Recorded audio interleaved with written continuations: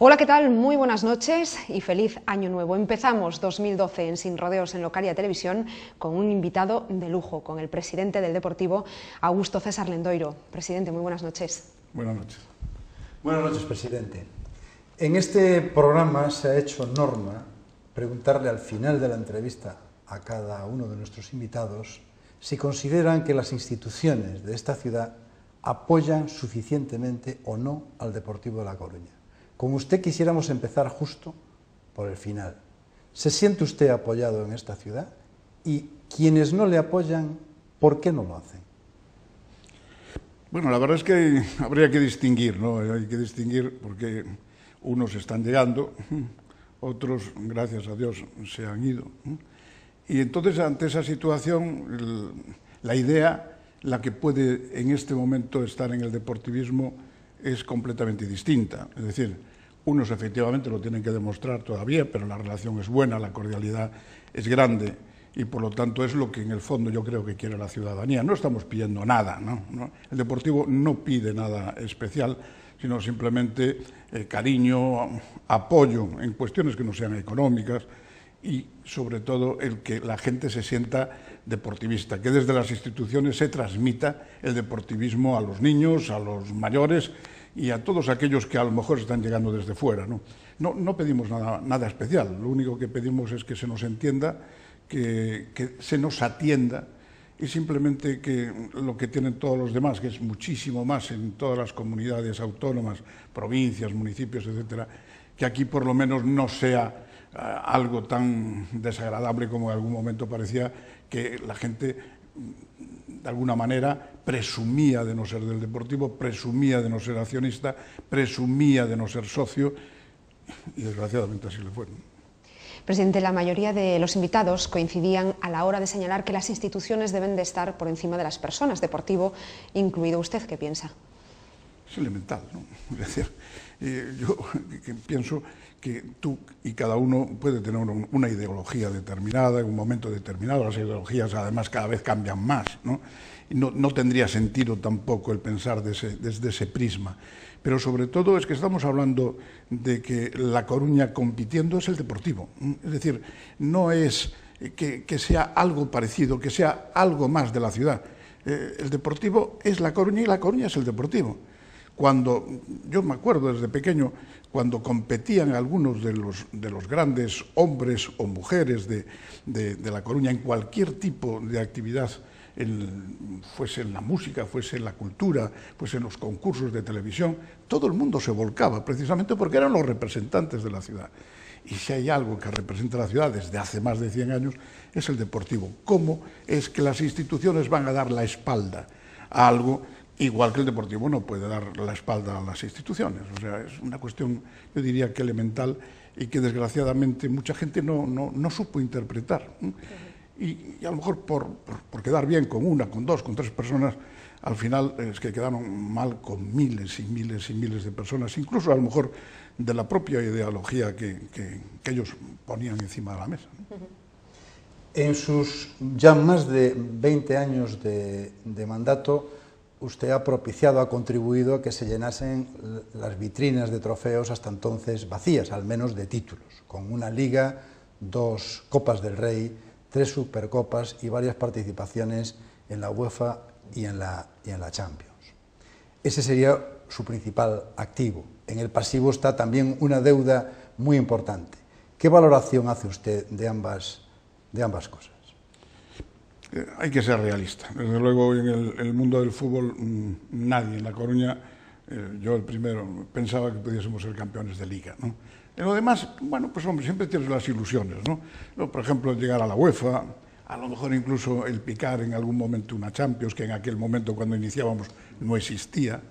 A lo mejor podías pensarlo, una Copa del Rey, a lo mejor si sonaba la flauta, pero ganar una liga está solamente para los elegidos, ¿no? Es decir, son muy pocos, me parece que son 8 o 9 los clubes españoles que tienen la liga en sus vitrinas, pero hay 2 o 3 o 4 que es del siglo pasado, o sea, nunca, no hablando ya del siglo pasado, de los 900, sino que casi tendrías que irte un poquito incluso más atrás, ¿no?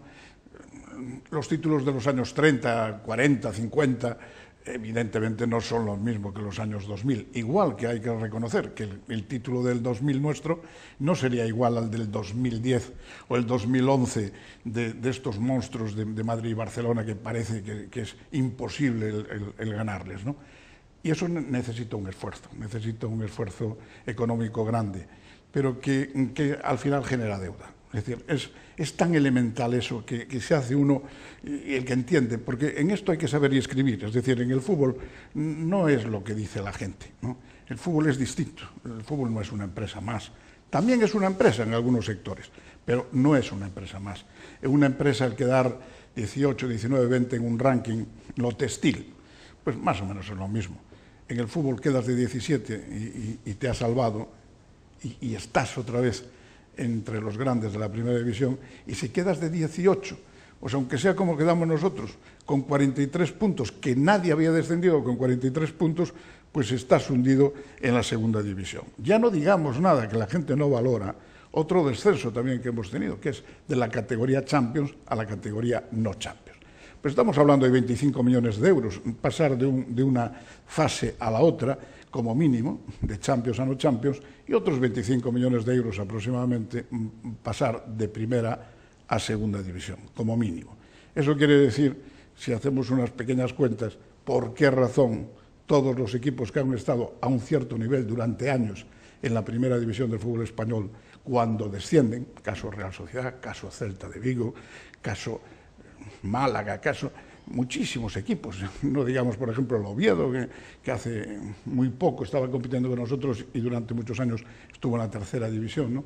Se produce ese efecto demoledor de las deudas porque los presupuestos siguen siendo parecidos, porque los jugadores continúan con los contratos que tienen en vigor y sin embargo los ingresos se cortan, disminuyen de una forma tan brutal que es imposible hacer frente a esos gastos. No es una cuestión de gestión, es una cuestión de que el fútbol español está mal concebido. O sea, y mientras no se arregle eso, y mientras en este caso, por ejemplo, el gobierno, sea el actual o sean los anteriores que ha habido, no tomen cartas en el asunto, es imposible que eso se resuelva, porque estaremos asistiendo, como hace unos días asistíamos a la concursal del Valladolid, que es otro de esos históricos del fútbol español, que están también en esa situación porque es imposible hacer frente a eso. Si no hay, que se ha puesto este año, gracias también al esfuerzo que ha realizado el Deportivo en esa línea, porque en muchas cosas hemos sido verdaderamente hombres números uno en aportar ideas al fútbol español, es en la ayuda al descenso. Pero no puede ser la ayuda al descenso para un año solo, tiene que acomodar ese equipo, como es en Inglaterra, por ejemplo, durante 3, 4, 5 años, que pueda ir reduciendo paulatinamente su presupuesto y pueda, por lo tanto, dar unos números que no le ahoguen en el futuro. ¿Podría, presidente, detallarnos la cuantía de la deuda del Deportivo y qué es lo que piensa hacer para reducirla y que sea asumible? Nosotros estamos reduciendo la deuda desde hace ya mucho tiempo y de 170 millones hemos pasado más o menos a 100 millones de euros. Es una reducción paulatina que en los últimos años se ha venido produciendo, que este año va a tener mayores dificultades por el hecho de estar en la segunda división, pero que pienso que también algo la debemos reducir y que al mismo tiempo viene derivada no solo, como en algunas ocasiones se suele decir, de que gastes más o gastes menos, sino de que inviertas más o inviertas menos. En este caso concreto, si nosotros tenemos una amortización de jugadores, una amortización de las instalaciones, claro, el Deportivo que nosotros asumimos en el año 88 tenía exclusivamente un piso en Play Cancela, en la plaza de Pontevedra, me vienen los años mozos a la cabeza, en la plaza de Pontevedra, y nada más. Hoy tenemos una ciudad deportiva que vale muchos millones de euros y que hay que pagarla y que se está pagando. Tenemos un Playa Club que cada vez va a valer más dinero, que lo tenemos de concesión hasta el año 42 y que efectivamente hemos invertido mucho, seguimos invirtiendo a pesar de algunas críticas, y en concreto los arcados, que es precisamente por un problema que viene derivado de las humedades del paseo marítimo y que esperamos que quede resuelta en esta, parece que, gran obra que se va a realizar en las próximas semanas o meses o en el próximo año, en este actual año. Y en todo lo que de alguna manera significa, pues eso, el disponer de un gran gimnasio, el disponer de una gran clínica, el disponer de una gran actividad en todos los aspectos, en tener una organización tanto deportiva como médica, yo creo que ejemplar en España, y posiblemente, ya digo, una de las ciudades deportivas más importantes de España. Y cuando hablo de ciudad deportiva me refiero a ciudad deportiva de fútbol. Hay otras cosas que para mí ya no son ciudades deportivas, como puede ser en ocasiones pues el Madrid, el Barcelona, que tienen situaciones que se van fuera de lo que es una ciudad deportiva. Nadie tiene más campos de fútbol que los nuestros, son 7 de césped natural, exactamente igual que Riazor, otros 6 o 7 para fútbol 7, fútbol 8, fútbol 9 y uno enorme, 1,5 aproximadamente, de césped sintético para todas las categorías de niños pequeños que al mismo tiempo alternan también el césped natural. Creo que muy pocos equipos pueden permitirse eso y nosotros estamos orgullosos de eso, pero eso también hay que pagarlo.